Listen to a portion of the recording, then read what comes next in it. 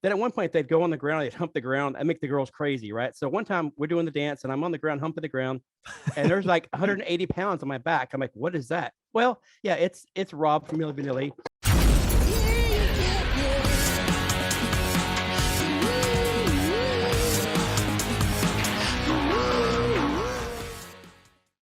Thanks for checking out Party Like a Rockstar podcast. I'm your host, Joel Miller. Today's episode is brought to you by Misha's Kind Foods. They're an LA-based small business making the world's finest non-dairy cheese spreads on the market today. They're delicious and healthy, made from a cashew and almond milk, and blended with various locally sourced fresh herbs, vegetables, and spices. There's no vegetable oils, soy, fillers, starches, or nutritional yeast. It's lactose-free, paleo, keto, kosher Parev, and 100% vegan. Enjoy the show. That's right. Brent Brito is a sound guy. He's worked for Sir Paul, Carole King, the Beach Boys, Living Colour, Andrew Dice Clay, Milli Vanilli, INXS, Mary Chapin Carpenter, Jennifer Hudson, Brian McKnight, Dream Theater, Blink 182, Unwritten Law, Strata, Off by One, Saliva, Sevendust, and Kool and the Gang. My second guest is E.K. Jones, or E. Kevin Jones, and he's worked for Living Colour, Roberta Flack. That is so cool. Mm-hmm. And really neat. Ashford and Simpson, still cool. Patty Austin, Usher, Faith Evans, Steven Seagal, Alicia Keys, Michael Mcdonald, the Commodores, Nicki Minaj, Jennifer Hudson, Rihanna, Toni Braxton, Nile Rodgers, Diana Ross. Is it Kem or Kem? Kem. Yeah. I should know that one. All right. Yeah. Kem, Deborah Cox, and the Isley brothers. I say I should know it because I think that's how you met our mutual friend who told me to tell you that your twin says hi. Yeah. So that's Kenneth what Crouch, my guy. Yeah, I like to do research. So my research on you guys usually is I start listening to the people you worked for, and I start with ones that I didn't know. I had never made it past Kem because I liked it a lot. Of days and days of listening to him. Amazing, man. He's a great guy. Amazing. Kim's one of those guys. He's from Detroit, and I got with him during his first or second project. We started going and wrote for Motown, and I was his monitor engineer, and then became his stage manager, monitor engineer. And his story is an amazing story. His music is amazing. It's so spiritual. And every night on that tour, every night on those shows, we have a space in the show where he kind of like tells his testimony, and we all sit around crying. It's like, it's a great feeling. He's still my buddy, and I haven't worked together with him in a while, but I saw him a couple of years ago when he came to NJ Pack to work, and he's an amazing cat, man. He's an amazing cat. It's great stuff. I really liked it. So, all right, to jump into with you guys, I haven't released it yet, but I actually interviewed Corey Glover. He's coming on the episode on Monday. Oh, wow. So reading through your thing, I don't know, Stephen Huss and Dennis McGivern too? No, I don't know. Okay. They have worked with him on tours before, but they Mm-hmm. came on with him. But Corey, you said how long? And Corey's was 2.5, 3 hours. Wow. Oh, gosh. Well, I kept saying, thank you guys. Thank you for your time. And I'm giving you an out to be like, yeah, thank you too. I'm going to go eat dinner. But they kept talking. So it kept going on and on. And what a cool cat. Very interesting guy. We clearly had a lot to talk about.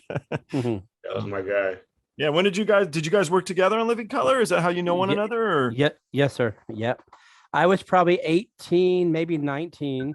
18, buddy. Get 18. right. Yeah, I was working for Showco and went out there, and Corey was the youngest one of on the band, and so me and Corey would hang out. We go to malls together and hang out because we were the youngest ones of the of the group. So he'd call me up, let's go shopping, and like it's me and Corey, middle of wherever we are, and yeah, it was really cool. Yeah, I reached out to Body Glove, and it's their anniversary next year, or like 3 years or 2 years. It's coming up. And they were talking about pivotal moments within the company anyway. And so he doesn't have his Body Glove outfit from the Saturday Night Live episode. He doesn't know. So they're going to make him one. Oh, wow. Wow. Yeah. And I wanted to surprise him, but I think they're going to 86 me and get a hold of him and send it to him, which is okay because at the end of the day, I'd love to see his face when he's like, oh, geez. Thank you, but oh geez, he was that guy who wore those Body Glove outfits every night it's like, and after I was on tour with them, I got into wearing body glove outfits just because it was hip. But my God, you sweat for days in those things. And I don't see how he did it every day because Corey's like a wild man on stage. Yeah. And it's like, you have to peel those things off yourself. So it's like, it's a real crazy thing. But he had several of them. He always had a vibe with it. So, that was his thing: body gloves and sneakers, no socks. It's great. I mean, So that is how you guys know each other too. Yes, Yeah. yes, sir. Oh, That's when Muzz Glynn was out there. The original bass player was out there too. Yeah, Muzz, yeah. You would wear body glove too? No. Corey everybody had their own different styles in that band. None of the guys they all had a different look to themselves, but they all had the same mindset. As far as players are concerned, because they've been together for so long. But yeah, Brent and I met. I mean, I was hired as production manager on that show, and it was a great honor for me to be hired because the guys didn't know me. I had done a lot of work with other acts, and I guess somebody knew me, or somebody from the label knew me, or something. Somebody knew me, so I was hired as production manager, and work with Shoko and Brett and Pete Buse and all those guys. Man, it was just crazy because we're kind of I was thrown out there in a rock and roll world that I had been out there with rock and roll a lot before, with R&B and a lot of jazz acts and so on and so forth. So to be in that straight up crazy rock and roll world was something I admired. I loved the music, but it's like I think it was one of my first real rock tours. And we had King's X as openers. Primus was an opener for a while. I love We did a lot of things, and it was one of those tours where we carried everything. We carried sound, light, staging, and then we played some small clubs. We played some large clubs and theaters. But it was a great experience. And BB was like, I really would call him BB. This cat here was like, he was just like a young kid. Yeah. With a little baseball cap on, his shorts and his flip flops. And I was like, it's like to this day, I know you still got shorts on and flip flops on right now. I bet you do. Yes, sir, I do. I know you do. I call them safety sandals. Yeah, there you go. But it was just so much fun, man. Being out there, and he was learning. As a young engineer, he was a tech and working with the crew, and all those guys are great guys. And I can see that, the growth over the years, because several years later, I got to hire him. I was working with Kool the Gang as their front house engineer. So, they're going through minor guys. So I said, well, call my guy Brent Brito. And he came out and stuck in there with those crazy guys. And, they were like, they were hard to work with sometimes, but this guy here, he did his best. Good. He worked his best with him. Did you guys, did Guns N' Roses do that show with Living Color when you guys were out, or was that a different tour? No, that was a different tour. We were out with 90, 91, something like that. Yeah, I think the Guns tour was before us. Then Living Color did their own headlining tour, which was on the West Coast, was Primus. On the East Coast was King's X. Okay, yeah, because I worked for Guns, and so I brought it up to him. I'm like, yeah, so what was it like doing a tour with Guns? And he's like, we didn't tour, we did one show. I'm like, oh, okay. Wow. And it went okay. Really? I'm not really a big fan of Axl. Oh, okay. Yeah, I didn't know that. He goes, well, it was kind of a public thing. Basically, fuck that guy, basically. Oh, it's like, oh, okay. I didn't know. I think it's hard to be on a tour with an opening act like Living Color, man, because those cats are like so dynamic, man. It's like, so if you're out there trying to be a rock star, trying to be pretty, and trying to be, all suave and cool with your shit, it's like Living Color is about kicking ass, headbanging music. It's like, yeah, I mean, the basic gist with him was that song "One in a Million," fuck you, Yeah. And then Axl, he said something to somebody in the band. He thought it was another guy, and he's like, "Dude, we don't look anything like each other, man. Fuck you." He just didn't like him. wow. So Joel, there was a time, it was the Time's Up tour on that Living Color deal, and there's a certain part during the set I would hide in the background in the darkness, and if the Time's Up song would start, it would be really dark, and as soon as the lights hit, I'm in the air, bro. I stage dived every show. It was epic. Really? And they'd catch me almost every show. Well, for the most part, I was caught. Sometimes I wasn't caught, but yeah, every time during that time that song was on, I was airborne, bro. The lights came on, and I'm in. They look up like, oh, here he is. Yep. Have you ever stage dived, EK? No, I've never. You know what? I've never stage dived because I'm a big guy. Yeah. And it's like, big guys. I don't think big guys farewell with the stage. I'm a little guy, and I don't think I've ever stage dived. I can't remember ever doing it. I was always in the audience to catch Corey. Because Well, Corey the was other thing too is Corey was my guy. I always kind of like looked after him and kind of like ran after him, and he would always fly into the audience. So it's like I always have to be in the pit, ready to go because he'd fly and I'd have to catch him. One time he cut his head open or something, because he hit the rail. I think it was at it was at Billy Bob. I was with Billy Bob's, one of those clubs in Dallas, those cowboy clubs with a long ramp with the loading. Remember that, BB? That's Bronco Bowl. Bronco Bowl, yeah. And I was out there. He stage dived. He staged over, whatever, and I tried to catch him coming over, and kind of jerked my shoulder around and mashed my shoulder up. He hit his head on the rail because he didn't quite get the lift on it, and it was a crazy thing. He just kept on singing and kept on running around, man. Did he get stitches? I don't think Corey got stitches. I think it was just like a nasty bump, one of those nasty bumps where he didn't hit it full on. He kind of hit it, grazed it. But like the STP shows, the barricade was pretty far from the stage. I mean, you'd have to have some good lift. These are clubs. I mean, Bronco Bowl is like, it's a club. It's like it's probably no more than three or 4 feet between, the stage and the barricade, and the stage is a low stage anyway.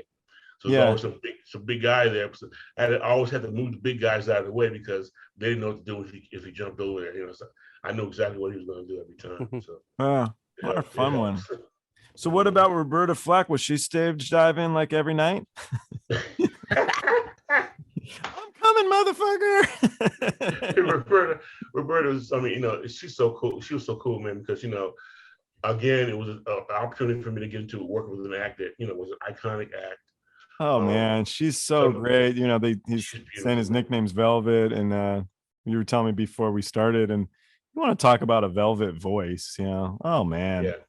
And also I was her production manager, and I was one of those jobs where I came on, somebody in the band said, got to hire you, Kevin, man, because he'll take care of you. We went out, we went to Japan for the first tour, and some wonderful things. And she made me sing on the stage with during the show? I was singing off stage. Yeah. During the night, because she heard me sing. She said, "Well, give Kevin part, give him a part because I can sing." She said, "You're gonna sing." And there's a couple of times where I would go on stage during a certain song and sing, background with the background vocalist, because one guy was out front doing lead vocals. I'd come back and kind of jump at his part. And so, I got known for like a couple of acts that I worked with as being like the singing engineer or the singing PM or guy. Right on. And that was isn't it Konnichiwa? Isn't that thank you? Did you get a Konnichiwa in Japan? Arigato. Oh, arigato. That's right. That's right. Konnichiwa, good morning. Brent knew that shit because he was cool. Hey, so here, Joel, check this out. So I got caught a few times, white guy dancing to Kool the Gang songs while I was mixing them monitors, and they busted me. For the next year and a half, when they introduced the band, they called me on stage to do a dance in Paris. Oh, no. Rome, oh, yeah, right. Arkansas, whatever. I have to go up there and white guy dance in front of all the dang crowd. So it was like the truffle shuffle from Goonies, get up there. Bands make you do crazy things. I mean, when they find out you have you get into the music, you have fun, or you're dancing back there, they kind of pull you out and make you out, because it's part of their show. Kind of like, give you that shine. And it's really cool when a band does that, when an artist does that, give you that little shine. As a monitor guy, you're behind you. Nobody knows who you are. You sit behind the monitors all day long. As a production manager, I'm back in the back somewhere. So it's always good to get that shine. When somebody says, "Come on out here," and call your name, and you feel like, "Oh yeah, I'm going to do my thing now." Sometimes you freeze up.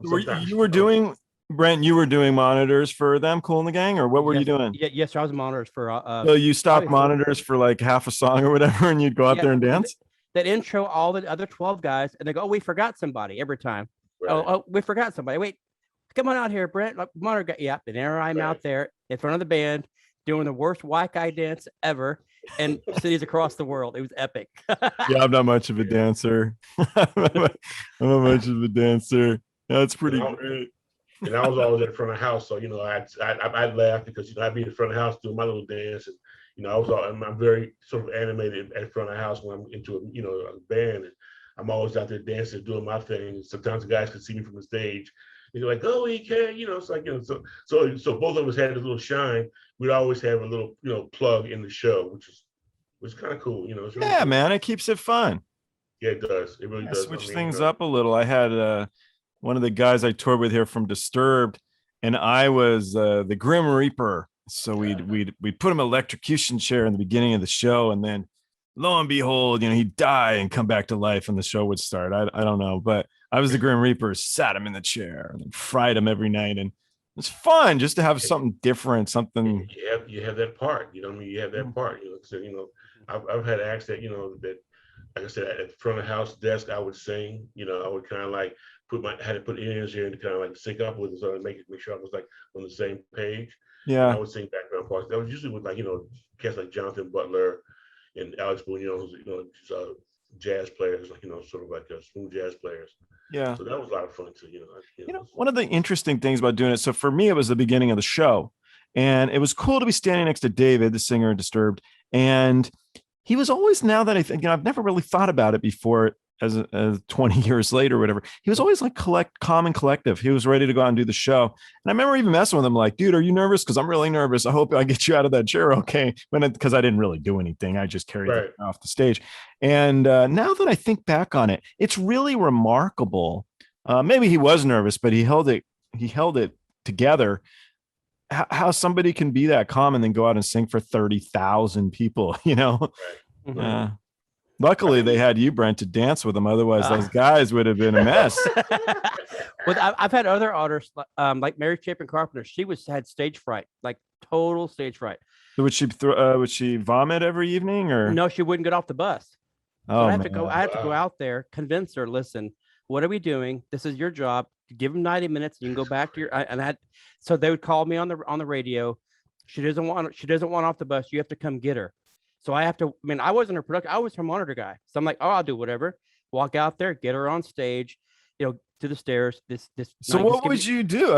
So I worked for Ozzy for a few minutes with Ozzy. He, I don't want to go on. And then Sharon would be like, you get your fucking ass out there. I don't want to do it. I don't give a crap. And they'd go through this like every single night. And then Ozzy would eventually come up and, hey, woo, And, but it was the routine. So what would you say to her? Be like, hey, I'm back, and how's your coffee? And it's time to go. Yeah, we're sponsored by Starbucks, and I would just tell her, what are we doing? We have 27 dates to go. We can't do this every night. I know we have 90-minute show. I'm here for you now. I'm going to walk you on and walk you off. The production manager, forgot her name, but she's like, she trusts you. I'm like, whatever it takes to get the show. Right. Get the show to go, because the first guy to get fired is you. You're the monitor dude, and instead you're sticking your neck out and being like, "This is enough of this, Mary Chapin." Yeah. What I don't want to send somebody more important than me out there. It's time for you to get off this bus, ma'am. Yes, yeah. And it worked like a charm. And then we again another mall shopping deal with her, and she liked it back then. I would dye my hair, different colors, and she would love doing. It was this thing that she didn't really live a life that we did, but she liked living it through, vicariously through me. I'm like, whatever it takes to bond with you, ma'am, I'm good. I'll do whatever. It's the truth is it's endearing. It's nice. I was very friendly with these older ladies for a while. I was pretty friendly with Phyllis Diller amongst some other old ladies. And people laugh at me like, you're hanging out with the most gorgeous women in the world, Joel. It's just 80 years too late. They give me so much shit. But the thing I liked about these ladies that I was friendly with, I met Jane Russell, really neat. Wow.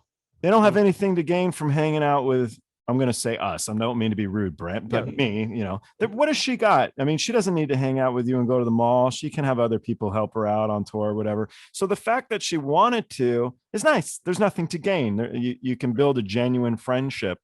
And also some of the stories that these old ladies had. Oh man, I was doing a radio show in Erie, Pennsylvania, and Terry Moore was out with me. She was nominated for an Oscar in 1952. She's the little girl in Mighty Joe Young. She was married to Howard Hughes. A beautiful woman. She was Marilyn Monroe's acting teacher. And so we're doing this interview for a film I did, and she's very quiet. And I just want to, are you all right, Miss Moore? Are you all right? Because she's getting on a bit. She was a little old lady then. She's still around. So she's in her 90s. And she's like, yeah, I just think it's time for us to go back to the hotel. I'm like, okay, we'll get you back to the hotel. We'll get you back. So we're in the limo. They'd got us this limo and just saying, you sure you want some water or something? And she goes, it's very funny, Joel. Have things happen when you get older? And she said, what had happened was inside the studio, they had a 15-foot tall frog, and the frog was dressed as Elvis Presley. And she kept looking at the frog, but I don't know. I thought she might be bored with the same, what was Howard Hughes like, or whatever questions they were asking. I don't remember. And what it was is she said, now the people I grew up with, they're on postage stamps, and then people make 15-foot frogs out of them. And sometimes it's just a lot to take in. Right. And it was so interesting. She had another one. It was, she was telling me the story about John Wayne. I'm like, oh, John Wayne, that's cool. American right there, Americana. Yes, John and I, we would bake cookies. You what? Yeah, we would bake cookies. I'm like, you can't cook. And she's like, John would bake the cookies. It's true. I don't know how to turn the oven on. Wow. She'd grown up in the studio system. She did Lassie when she was 11 years old. She called me to come help her put a light bulb into a lamp. I mean, so it was interesting in that she was so well versed in maybe film and how to act, you would think, but completely unknowledgeable on life. Yeah. And her son would call me and be like, yeah, quit that crap. Someone else can help her put the light bulb in. You tell her no. Like, I can't tell her no. She's like, I can't do that. You tell her no, or she's going to walk all over you. You're going to be changing light bulbs every day for the rest of your life. I'm like, all right. So I remember the next time I'm like, get your boyfriend to help you do it. Excuse me? I was just kidding. I'll be there in a half hour. I put the light bulb. I didn't mean to be rude. Yeah, I have a lot. One thing with all the acts I've worked with, yeah, I think I get along so well with female artists. Yeah, no matter how old they are, how young they are, but I like women. I respect women, and I think they can tell that this guy's okay. With a nickname like Velvet, I would hope so. Well, you know what, that goes back to Living Color, because that Corey and the guys gave me that name, Velvet Jones, because Velvet Jones is the Eddie Murphy character who was a pimp. The hot tub's too hot. Yeah, too hot in the hot tub. But it's like, I think that was because, and I'm going to tell the truth here, and truth be damned, and let it be out. There was times when we have days off. BB, you can attest to this. This. Had days off, and I go out to the clubs, to the jiggle joint. You didn't sell your wiener parts, did you? No, man. Okay. I go to the club and hang out a little bit, and then girls, oh, you work with Living Color? We want to come to the show. I said, I want to come to the show. Sure, come to the show. So sometimes it'd be like 3 or 4 girls, back behind BB dancing and hanging out, and they'd all go hang out the bus, and they kind of like, when the crew came on the bus after the show, there's a couple girls there dancing and hanging out. It wasn't anything crazy, but there was just some relief. Yeah. And from that, they started calling me Velvet, because I was like the guy who made it happen.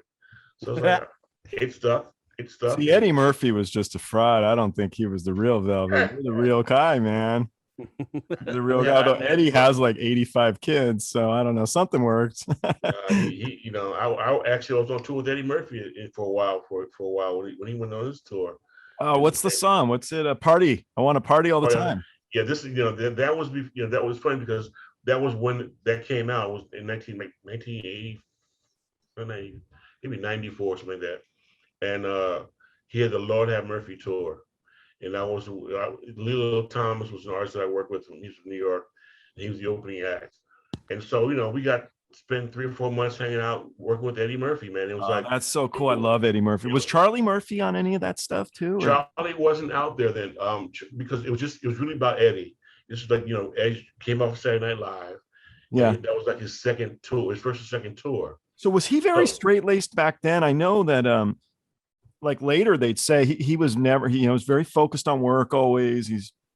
Eddie was always a cat that, we'd always like go to party, and his guys would party, and we're going to Eddie's room to have a party, have a sleep, and everybody be lined up to hang out. And where's Eddie? Eddie's upstairs and sleeping.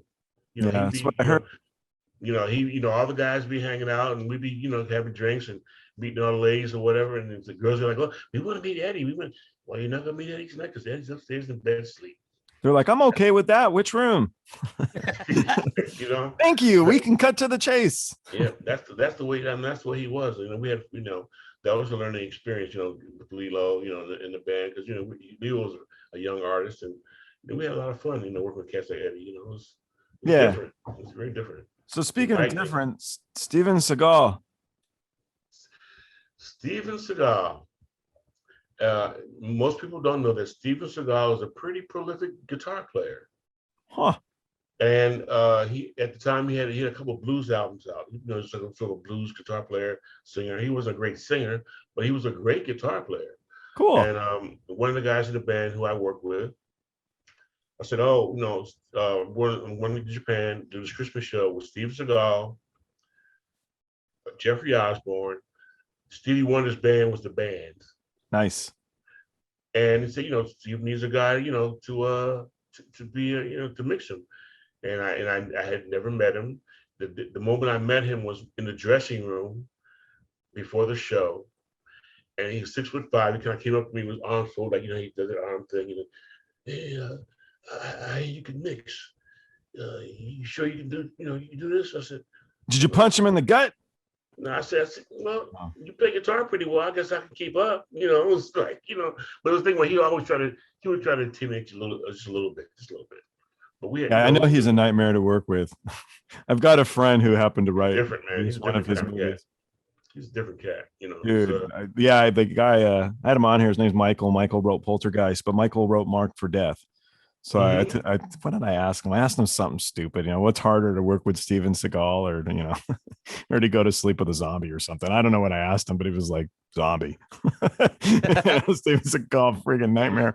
So that guy made some fun movies though, man. I love his movies, man. I love it. That's what was thinking, it's another thing where you get to work with somebody kind of like, oh my God, Steven Seagal. But, I wasn't starstruck by him.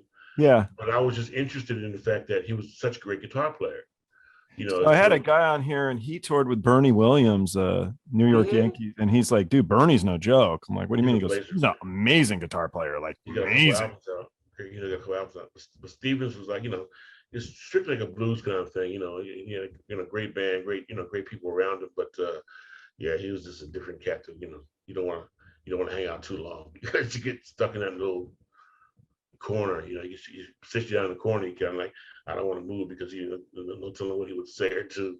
So my problem would be I'm deaf. I can't hear nothing because of the touring, and he has this voice like you just did. You did it really well.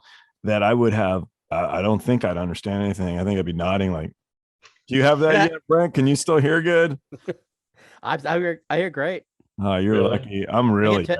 I get tested twice a year. I'm 50. I'll be 52 this year. Oh, you're older than me. All right. I'm very surprised, honestly. And I'm older than all you guys. Yeah. I lost, in 2012, Kool the Gang was on the road with Van Halen. And one night, I just walked, the guy Van Halen was playing, and I walked by the PA, and something hit me, like something, a frequency just kind of hit me in my left ear. Oh. And it shut down. Oh, bummer, man. And and for about 2 or 3 weeks in the tour, I had almost no hearing in my left ear.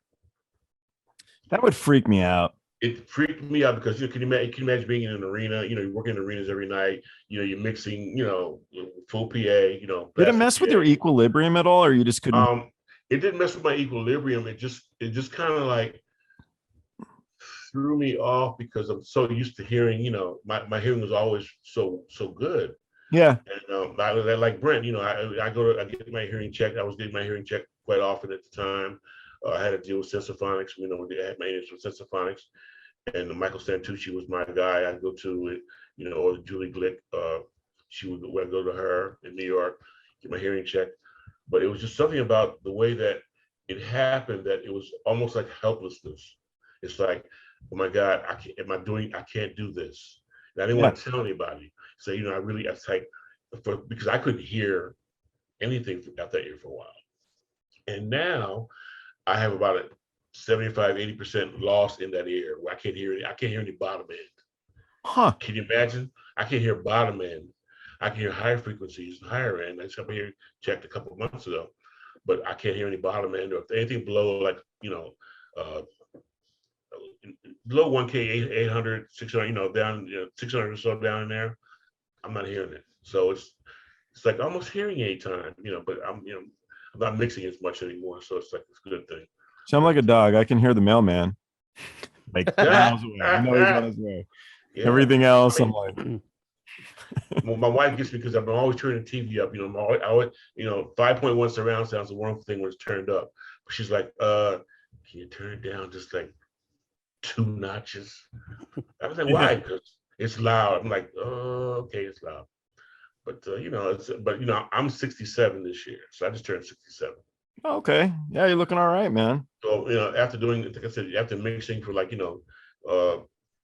most of that time as a mixer, I finally kind of come to the realization that it's age more than anything else. I think it's just I'm getting older. My body's changing. Everything's changing. Yeah. But I still mix some shows. When I'm hearing now is when it's full PA, full stereo. I can hear. I'm hearing fine. I don't have any deficits. But it's when quieter moments at certain levels. Yeah. Hope I can still get work now. Yeah. All right, I got a question for you, Brent. This isn't biggie. This is important. You got to work for this guy named Andrew Dice Clay, and he had this TV show that got canceled, which really pissed me off because I loved it. But did you watch it? It was called Dice. I watched it a little bit. The tour I did was based on the Ford Fairlane movie. Yeah. And so it was in arenas, it was in the rounds. We flew PA all day long, and he had a band. And I didn't know, like he did like the whip songs like Whipping Post and those kinds of bluesy then he goes on to his skit. He would sing it, or he would sing it. Oh yeah. Mm-hmm. Really? Band, like he would speak it, or he would genuinely sing it? He would sing it he would sound like Elvis through the whole thing. Huh. People it's arenas in the round, so he would always harass the folks in the back because hey, you guys got the cheap seats, the typical Dice thing, he's poking at everybody. But just like every other artist we know, off stage, he wasn't that at all. He was a great, genuine, that was just his thing. Yeah. His act. And his manager at the time was a guy actually that was writing all the jokes. It wasn't, he was fed these jokes by a writer kind of, yeah. So it wasn't, that material wasn't his at all. It was his persona that did it, That show was funny, man. The premise is that he's a washed up piece of shit who is living in Vegas, yeah. And he's got to pay off his debt because he owes so much money to the casino. But like the first episode, he goes to meet with the lady, and he's like, "Well, I want this and this and this," and she goes, "You're a piece of shit. You get your freaking ass out of there. You're lucky if I give you water, you fucking bum." And I'm like, it was so funny. I loved the show. But I wasn't like that. Sorry? It's so real. It was so real. I don't know. Well, it was a little intense. I don't know if anybody would be that intense, but actually they brought in all these great actors too. That's what helped. I mean, everybody, it was a really good ensemble, very funny, original material. And I liked it. And I wasn't a big fan of his growing up ever. I grew up in LA, and he was on Sunset all the time. I used to see him, I don't know, once a week at least. But I don't know. He never did it for me. The show made me love him. Mm-hmm. All those years later. Milkshake was his buddy. Milkshake was great. Mm-hmm. Milkshake. That guy is funny. That guy is funny. And the wife was spot on, man. She was really good in the show. Yeah. So I remember one time I was doing a show in San Antonio, I don't know, a couple of years ago, and she was like, "I want you to come see a movie with me." I'm not a movie guy at all. And it was The Star Is Born, or that movie that. Oh, yeah. And I was like, wait, that guy looks really familiar. It's Dice. I didn't realize he was in that movie. Right. I didn't no idea until I saw it. Like, I know that face. An adult, real, straight Dice, somebody's father Dice. Yep. It was a great offering there. Funny. He's such a neat guy. I don't know. I like him. I thought it'd be worth talking about. And then, yeah, you did this other stuff. So Unwritten Law and Blink, is this early on in your career or were you all over the place? No, so I quit touring after NXS Europe to move to California for a girl. Like we've always done it.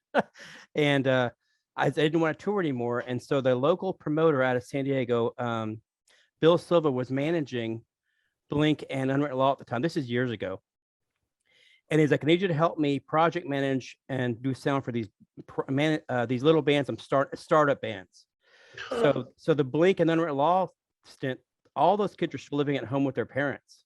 Oh, So wow. I was the den dad. Literally, it's me going off a tour, traveling the world with McCartney and all these huge things, to now I'm in a 15-passenger van pulling a trailer with a bunch of kids. Like, yeah. And half Unruly children too, I think. Better believe it. Oh, you better believe it. And so Bad those. yeah, so the original drummer of Blink, he was homeschooled. So every week I had to fax his make sure he did his homework every week. It was one of those, it was a test of patience for sure. Like, I'd made a really bad career choice. What am I doing? But it was fun. And it was all good fun. It's fun to like reminisce on. I think back in the day, one of the guy I was talking to yesterday, actually, he was my neighbor in college, and he had to do one of these tours, and the driver of the bus was hammered, like really, really drunk. He's like, so we locked him in the back of the bus, and then next thing you know, I'm the tour bus driver. So I'm driving all night, and I'm doing sound, and I'm the tour manager. And I heard all the and, but being a bus driver and doing it, that's pretty crazy. Mm-hmm. I was like, I don't envy it. I never did. I would never drive. Yeah, he said he had just got his Class C license, so it wasn't an issue. But at the same time, he was just like, yeah, when am I going to get to sleep? So Right. I'm like, yeah, man. I remember Unwritten Law in the early days. I love bus drivers. Yeah, they would do, so Unwritten Law would do shows with Pennywise. And it was like, I would go into the club, do my side of things, and then let the club owner know. I mean, just send them a bill because they're going to trash the place. And they did every time. They got banned for every venue from San Diego up to San Francisco. I mean, you're not coming back. Ventura Theater, sorry for your bad luck, bro. And that place would never look the same. What would they do? They would invite the crowd on stage during that Broham song, Pennywise would, and just destroy. Mike's missing. They tearing the stage up. Drums are gone. Like, it was just, every day was just a new, like, what are we missing now kind of thing. Yeah. Broham is such a great song, though. Mm-hmm. Yeah, that was something else for sure. Yeah. Yeah, that's a bit different. And what about Milli Vanilli? Oh boy, that was something else. So let's hear it. Yeah, so let's hear the scoop. Let's hear so we were in rehearsal in LA for 28 days with the band. Wow. And then the actual band was playing live on every show. And during, let's say, day 22, the band's wondering, where are these guys? And we found out, the guys were learning English because they obviously weren't on any records, and they were learning how to speak English because the tour was coming. So okay. Yeah, it was very weird because they were never at any rehearsal. They were in dance rehearsals and also learning how to speak English. Wow. And then we would get threatened almost every night by the band. They would say, the press is onto us. Please never tell anybody what we're doing. You'll never work in this business again. And I'm thinking, in about 4 months, I'm out with Paul McCartney, so I'm not really concerned with this temporary deal. But they would, yeah, onward and upward, guys. I hate to break it to you. That's cute and all, yeah. But they would, it was, and then, like, so that the same thing back then. Me and the Synclavier guy, the playback guy, we would do their date. They wouldn't show up for sound check, so we would do the sound check virtually, and me and the Synclavier guy would do the dances, the whole dance moves. They would do the belly bump, the whole thing, right? And so one time we were in Nashville, and we're doing this whole. They were doing amphitheaters. And big set, we'd run around the set doing the whole dance and same thing. And then at one point they'd go on the ground, they'd hump the ground and make the girls crazy, right? So one time we're doing the dance and I'm on the ground, humping the ground, and there's like 180 pounds on my back. I'm like, what is that? Well, yeah, it's Rob from Milli Vanilli. He's sitting and said, hey, he's like, what are you doing? Like I totally got busted doing their skit. I didn't know they were coming. That's hilarious. So his English got good after that. I got busted. Yeah, it was pretty hilarious though. Yeah, both of those guys have passed away now, haven't they? No, Fab is still alive. Is he? Okay. Sorry, he's in LA. He's in LA doing his little jazz thing. I think Rob took it so hard because he eventually at the end believed that he could actually pull it off, and they couldn't. To be honest with you. Yeah, I mean, he died a long time ago now. Yes, sir. Yeah. Yeah, it's sad. Really sad. That's an interesting one though, of all the ones. Well, him and then I was out with INXS. That was one of my last tours before I moved to California. Same thing. Me and Michael. I was still young. Oh, Hutchinson was still alive? Oh, yes, sir. Yes, sir. Oh, wow. Okay, cool. The opening acts were Jesus Jones, I think. It was nice back in those days. And so as a stage tech, I'd wire the deck up, fly PA, the whole thing. And then, but during the show, I had nothing to do really, especially during their show. So I was telling someone the story about this today. So he'd come off stage, come behind the set, take his shirt off, get water poured on him, and then he'd go back out, and the girls would go crazy, obviously, because he had a thing about his little swagger. So then it turned into, well, take his microphone, wardrobe takes his shirt off. I have a can full of hash for him. So he would hit the can. I'd have the microphone back, and away he went. Like I was a part of this show. Like he would come take a hit before his next outing. It was ridiculous. Like, what am I doing out here? Yeah, you're like the drug dealer. I'm the pimp, he's a drug dealer. Oh my God. I know, man. What are we doing here? Look at us now. we didn't. Yeah. Speaking of pimps, Nile Rodgers is the man. Nile is. I mean, I work with Nile. We do tours in Europe with Kool the Gang, and Nile and Sheik would be, on this bill would be like maybe a multiple act bill, like Imagination, maybe Sister Sledge, and Nile and we toured a couple years. In the summer over in Europe, Paris, all. So when he got back to the States, his engineer lived in Italy, and now I had a bunch of dates in the States, and he called me up and said, "Look, man, I need you to come in and do these Nile hits." I was like, "Sure, man." Yeah. And it was like, I knew Nile and Sheik from back in the day in New York, when they were first coming up, disco days, so on and so forth. But this band was like, Ralph Roll, the drummer, was a friend of mine. I worked with him. Jerry Barnes worked with Roberta, the bass player. Keyboard player worked with another friend of mine. And all these guys I knew. So it's like I said, it's always been a trust thing. You never had to go into a thing and audition or be like, have this big interview about how you're gonna mix the show. I know the music. Yeah, I had fun with the music. His engineer told me a couple cues that they had, effects cues, also, and just let me be me. Yeah, I've always been in a situation where acts like that, just let me do my thing. It was only like a few gigs with Now, but it was like so much fun because I knew the cats, I knew the music, I knew how they played, and I understood what was going on. I understood just how to give it to them. And after working 7 years with Kool the Gang, playing that music all the time and hearing Nile every night, you knew their show, in and out. So sure. It was always a thing where if you know the music and you trust yourself, and people trust you to translate the music well, it always comes out right. It's always fun. The same thing with Diana Ross. I came to Diana Ross, and it was like I was hired by friends of mine who were in the band and in the crew, come do the show. First day I'm out in New York, and we're in, I think, Fox was one of the casinos. I'm out front, my board, I'm mixing, and when Diane does this, she wants more reverb. So always watch out for her to do this, because she hears it in the house. She wants that thing, and I'm like mixing, I'm having a good time, and it's like, she did this one day, and it was wonderful. She never said a word to me most of the tour. It was one of those things where everybody said, "Oh, it's horror stories about Diana Ross," and oh my God, she's hard on everybody. She was such a wonderful person. I would come on stage, she said, "Hi, EK." She'd say, "Call me EK." And she said, "Hi." I was like, "Oh, okay, hi." Yeah. There's only one time in New York she says, I just need more shimmer. I need more shimmer. And I knew that what that meant was more reverb, more, vibe. And that was the only time she ever said anything to me in almost a year and a half working with her. It's like, well, they don't say nothing, you're doing a good job.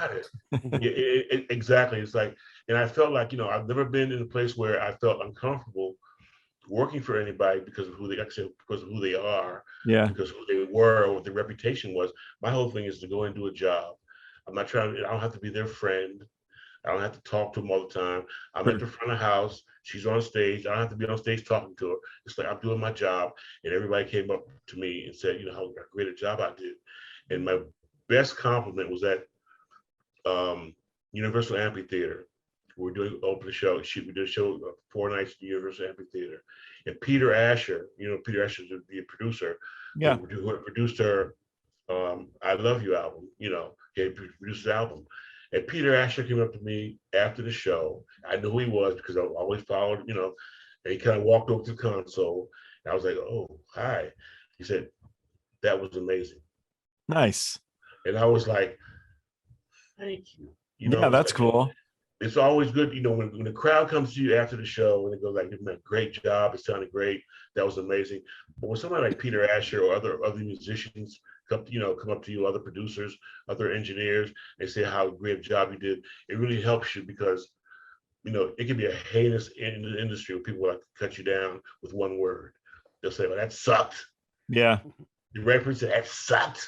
Then you go like, "Oh," then you're like shook, and it's like, for the next year of your life, you're going like you're second guessing yourself. And Brent, as a monitor, there's the same thing. When a band compliments you on your work, you feel a sense of, I'm doing the right thing. But when somebody tells you suck, then you have to. It monitors is a different thing because sometimes they suck and they want to blame it on you. You know what I'm saying? But more than sometimes. I mean, yeah. So on the Living Color days, we had King's X out with us, and I was just learning how to mix monitors. I mean, Peter Viewers was my mentor. I've known him for years, and he's my mentor. But he said, "Okay, you're going to start mixing the opening act." So I didn't know what I was doing. I was honest, and so I was handling King's X a couple times. And one time they mentioned over the PA, "I'm not sure how it sounds out there, but it sounds terrible up here." They just something kind of offhanded comment to me. Ooh, I hate that. And it rocked me, right? Mind you, I'm only maybe 18, maybe not, somewhere in there, and I didn't know how to take it. At the time, they came off as a Christian band, that Black Flag, all that stuff, and I did the set change, got Living Color ready, and then I was still kind of bothered. I'm like, what do I do? So I went to the dressing room, knocked on the door. They let me in, and they were sweaty, just did a show, and I kind of called them out. I said, "What kind of Christians do you think you are calling me out?" I said, "I'm a child. I'm trying this, whatever." After that, nothing. Wow. I stood up. I felt I never felt anything like that in my life. And I'm like, I'm not going down like that. Ain't no way. It's hard. It's hard when somebody tells you suck. Yeah. Well, you're trying hard. Mm-hmm. Carole King. Love Carole King. Yeah, that was my first ever tour. So I worked at the Showco shop. I was doing local shows in Dallas for free. I was 16. And the guy said, "Hey, I want you to come to the Showco shop and help build the Rolling Stone Steel Wheels tour." And I just, as an audio guy, I didn't know wiring cabinets. I didn't know. And again, Pete Buis and Greg Smith were there prepping the tour. And the local guys in the shop were like, "You're never going to go on tour. You're not going to do this." I was like, I live at home with my parents. I don't even know what any of this means. So then as I was prepping these tours for these guys, they took me out, and Carole King was my first tour. That was quite amazing. I maybe barely 18 years old, and here I am doing theaters with Tapestry. Amazing artist, just amazing. Mm-hmm. Yeah, she was great. Yeah, song for song, just beautiful, man. Yeah, it's funny because you know her music. What's that? Did you know her music? Were you into her? As an artist, were you into her? You're asking Brent, right? Yeah, Brent. Yeah. No, sir. I was way too young. I didn't know anything about her. But you got into it, right? Oh yes, sir. And it's funny. Yeah. It's like my first tour and my last tour. Carole King and Kool the Gang. It's like every song, you're like, I know that song. Wait, I know that song. Wait, Yeah. you're like 90 minutes of I know exactly who. Like, I didn't know that was her. Did Carole King have like James Taylor sit in or anything like that?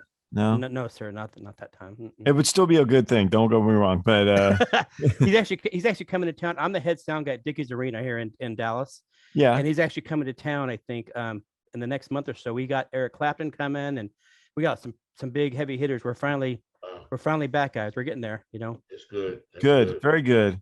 So you got any dirt on Kenneth Crouch here? Since he's my new buddy, we've been hanging out a hell of a lot. You know what, Ken? You know, I was always amazed at Ken because he was on tour with Kim. I was on tour with Kim, and Fantasia and Rashawn Patterson were our opening acts. Okay. And, you know, they're two great singers. Fantasia just started, but I was always amazed at how Ken played. That's great. So I was always on stage, you know, watching him play, and I was, you know, help mix, you know, mix monitors. I was the main guy, and I was always amazed at how he played, how cool he was, and how nice he was, and how, you know, he never gave directions harshly. He never got on everybody's nerves or anything. So, you know, it was times where we go out, you know, times we go out and hang out, and we had them getting tattoos. So one day we all went out, like 8 of us went out, Kim's band, Kenneth, some of Fantasia's folks. We all went out to the shop in Greensboro where Fantasia lives. She knew somebody, and we're all getting tattoos. He's getting his tattoo in his hand and stuff like that. And so we kind of like got a love for each other, a friendship with each other, just over the tattoo thing and the music thing. But I've always, I mean, he's just the best guy. Yeah, he's a good guy. We've been having fun. Cat, and it's like, you know, we call each other. I see he's on IG Live, and I'll pop my head and he'll go, like, "Twin, what's up?" And they'll keep talking, you know, but he's always in his car driving. Yeah, he's always driving. It's true. He was interested in my my girlfriend's friend, right? So he's like, you know, Joel, why don't we all go back to your house? I'm like, yeah, okay, why don't we? All right. So he's like, you got a piano at your house? I'm like, no. Let's see what you do now, Magic Man. You know, let's see what you're gonna pull here. Let's see. So I was sitting there looking at him like, so what do you got? You know. But he had a good conversation and stuff. It was fine. But I was like, because with the piano, this guy can play, Brent. I don't know if you know him. Oh my God. Yeah, I remember when he was with J-Lo for a while, and he, you know, and he did Mark Anthony. I love, you know, both of those acts. And it's like, you know, and I always see Kenneth, you know, playing in the background. I'm like, that's the guy, man. He's the cat. So it's like, to this day, you know, I support his music. Yeah, anything he's working on, I just say, you know, let me hear what you're working on, because I can't wait to hear what the next project is. It's always a solo project, which is really nice, because he'll sit down, like he's this thing where he traveled all over the country. He's up, you know, up in the desert, and he just did this album, man, and put it out. And it was like, put it out there in the world. It's like, it's always inspiration. It's uplifting music. He's an uplifting kind of cat. It's the sweetest cat. Well, I don't know. I like him. Like I said, we've been hanging out a lot. We have a good time. We're kind of becoming good. So because you're random, it wasn't through Kenneth that I reached out to you. So you mentioned it. Yeah. How do you know him? I'm like, oh, I don't know. He's a good friend of mine. I think you mentioned it first. And then I called him and he's like, Twin, what are you talking? He's coming on your show. He's like, got all excited. Yeah, man. I'm like, wow. All right, man. Yeah. Supposed to be. He's a cat now. I'm telling you. All right. So question I try to ask everybody. So I was going to start a podcast. Buddy's daughter is in 5th grade. She's a little girl, and she had a couple of her little girlfriends over, and she said, you need to ask everybody when they first felt famous. So bear in mind, this is a little kid. And I like the question in a broader sense. And the broader sense would be, when did you first look out on an audience, let's say, and feel good about your career? When did you just smile for no apparent reason? There was some path that was going well for you. Maybe you did feel famous. Maybe you felt like a celebrity. Some event that happened as you were growing up or going into your career that you think of where you're like, this is cool. Mm-hmm. What do you guys got? I think for me, honestly, was realizing I was 19 years old, still lived at home with my parents, and I'm traveling the planet with Paul McCartney. I was like, this is ridiculous. It's pretty, yeah. And so you know, he's a strictly vegan tour, right? And so he would eat lunch with us. This is when Linda was around. And when he would come into the catering tent, we'd had a code word to basically, you know, that he's here kind of thing. And so he came in the tent. What was the code word? I don't remember. It's been. Do you know the 30, one for Prince? No. So it was this. I'm hitting my chest because he's a little guy and that's how tall he is. Oh my gosh. So we're in the catering line and I see them all come in and then I see Paul disappear. And I was like, hey, where did he go? Next thing you know, there's a tap on my shoulder. He says, I've seen you around the last 3 weeks. I'm not sure what you do, but welcome to the family. I'm Paul McCartney. You know what you should have said is like, I've been seeing you for 3 weeks too. What is it you do? Who are you again? Who are you anyway? That would have been priceless. Yeah, that's so amazing. So I sat there and I realized I'm like, that was a Beatle. Like, and I took that with me. That's one story I could tell. Like, he came out of his way, noticed me the last 3 weeks, and finally he actually left his family to come tap me on the shoulder. And like, that was pretty awesome. It could be argued that because of him, every one of us have a job. And Yeah. so Right. it's kind of neat to have that personal experience with him. That's a cool story. Yes, sir. Yeah. I guess for me, it's kind of a twofold thing. As a young man starting the business in 1977, 78, I had been on tour with the artist named Noel Pointer, but the next tour I got was with Harry Belafonte. Oh, wow. And my mother never understood what I did. It's like I was a dancer, I was an actor. So this whole going on the road thing and traveling thing was like, yeah, whatever. But when I told my mother that I was working with Harry Belafonte, she kind of saw me in a different light, like, really? Yeah. Because she loved Harry. And as a child, I would sit on the floor and sing Mama Look at Boo Boo, Harry Belafonte song. And she related to that. So that made me proud. That was one of my proudest moments of doing that. That was very early on. But I think now, the fact that when I go into a theater or I go into a tour, when I meet a band, I go like, hi, I'm E. Kevin. They're like, so you're E. Kevin Jones. Oh, so you're that, okay. People know me from the bands that I've worked with, from the artists I've worked with. And working with Kool the Gang, you work all over the world, you develop fans in a way. So when you go to Japan, there's like, all these people in Japan that come to see the artists, they get crazy. I got fans now. I got people come to me like, oh, Mr. EK, how are you? And they kind of go like, EK, how you doing? And they want to bring me things, they give me gifts. I'm like, this is overwhelming because it's always like Europe, Asia, even in Africa, when I was in South Africa, people like know me from the artists I work with, and they become like part of your world because now with Facebook and Instagram, Yeah. I keep up with these people. I know their families, I know their friends. And it's like that is more precious to me than being like some famous big, rock god engineer or whatever. Sure. It's more precious that people relationships that you develop with people. And some of the artists that I work with, like Michael McDonald. Michael McDonald is like a good buddy of mine. He calls me on my birthday. My wife, I introduced my wife to him, and she was like all starstruck. He was like, this is my guy. This is like, this is my family here. And it's like I had to tell her like, these are real people, man. But it's like they treat you genuinely nice and sweet. Yeah, Deborah Cox, nice. I've been knowing Deborah Cox for over 22 years, over 20 years, and she's my family. I watched her kids grow up. Her husband and I are great friends. Who's that? Sorry, Deborah Cox. Oh yeah, sure. And I started with her in 1998, and her husband was their manager. And I really didn't know he was a manager at the time, but he trusted me with her.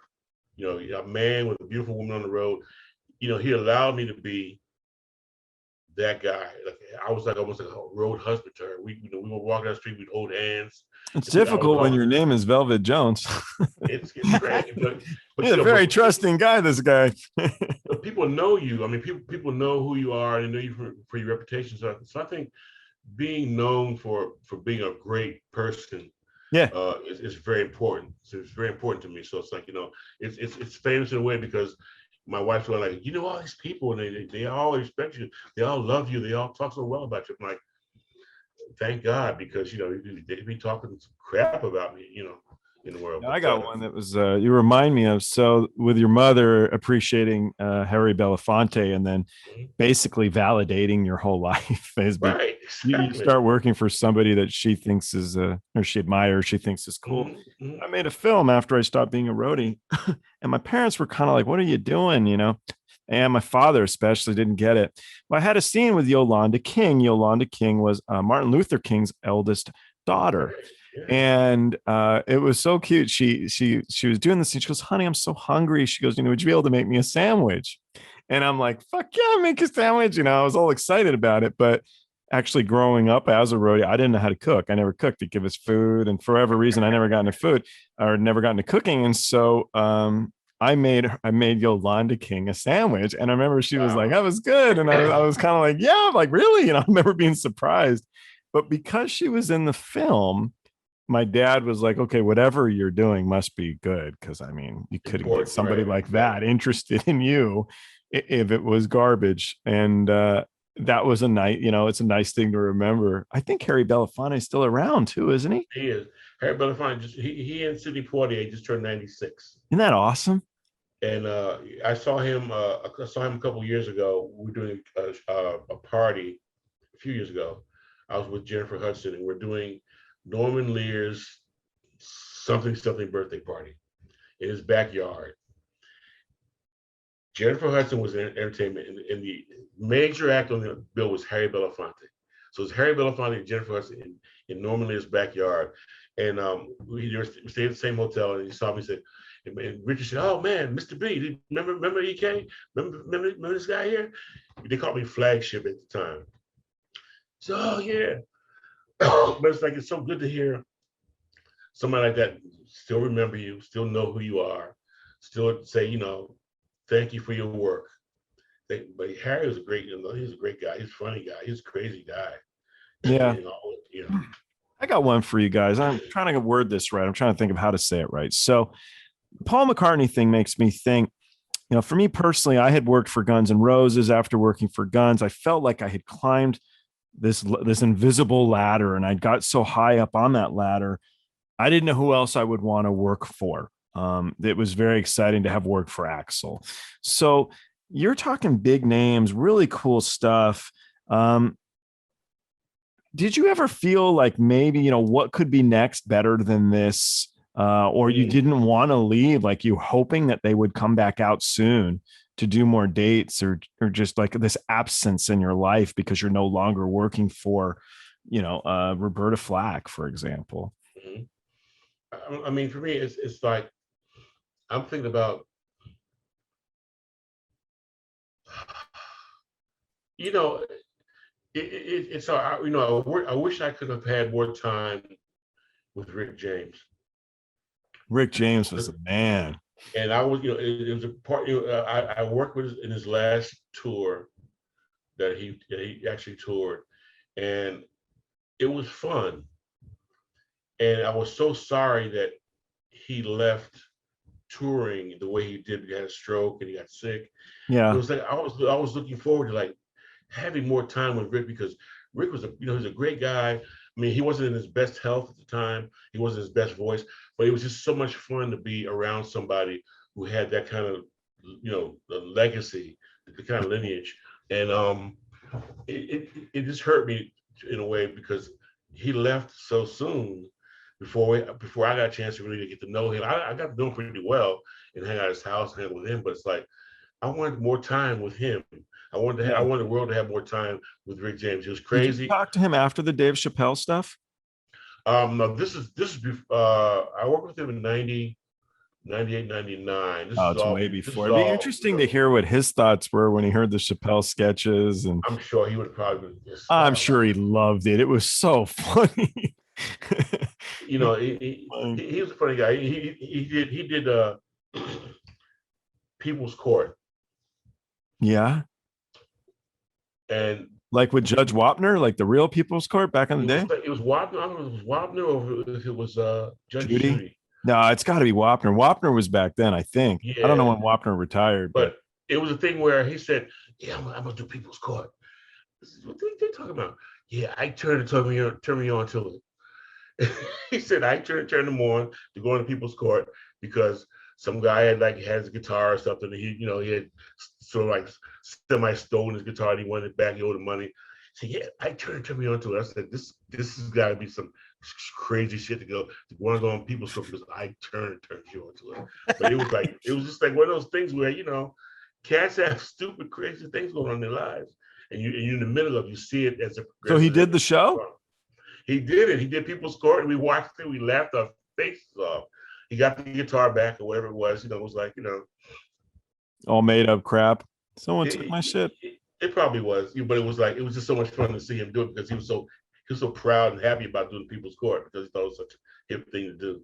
I gotta watch it. I loved the People's Court growing up. I was Doug Llewellyn. and Judge Yeah. Wapner in our But I forum think today. if you the go people- back, if you go back to the archives, you can probably find it. And Now I guess everything's on YouTube. I was on it too at one time. Sure he was.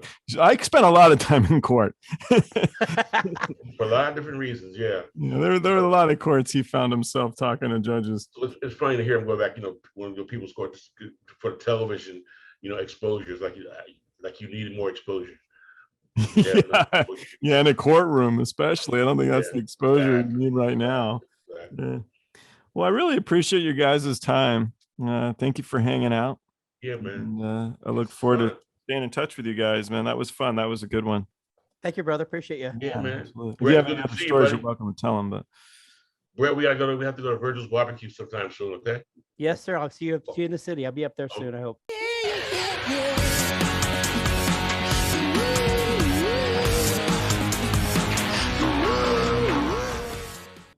hey, thanks for watching Party Like a Rock Star. If you're not already subscribed to the Facebook or YouTube channels, do it. We're also on Twitter, Instagram, and TikTok. The handle is Party of Stars. Thanks for watching. We'll see you next time.